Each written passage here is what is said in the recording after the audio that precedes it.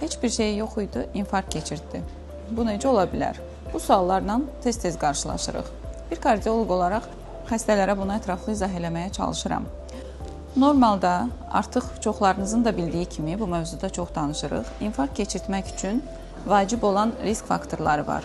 Təzyiq xəstəliyi, şəkər xəstəliyi, xolesterin yüksəkliyi, siqaret çəkmə və bunların hamısının başında gələn genetika.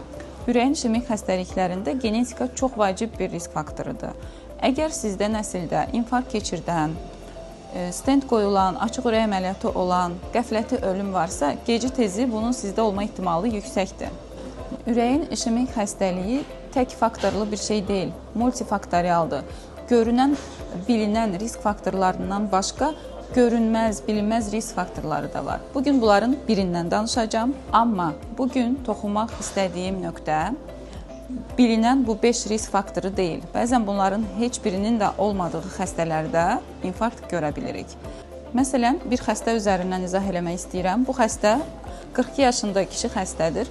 Heç bir risk faktoru yoxdur, idman edir, siqaret çəkmir, genetik bir faktoru yoxdur. Lipoprotein kiçik A ölçüsü qeyd edirəm burada çox yüksək çıxdı. Bu xəstəyə KT anjo etdirdik və damarlarında ciddi kalsifik lezyonlar aşkarlandı və buna görə də uyğun bir müalicə başlandı. Bunlardan biri lipoprotein kiçik A dediyimiz lipid panelinin çox önəmli bir faktorudur.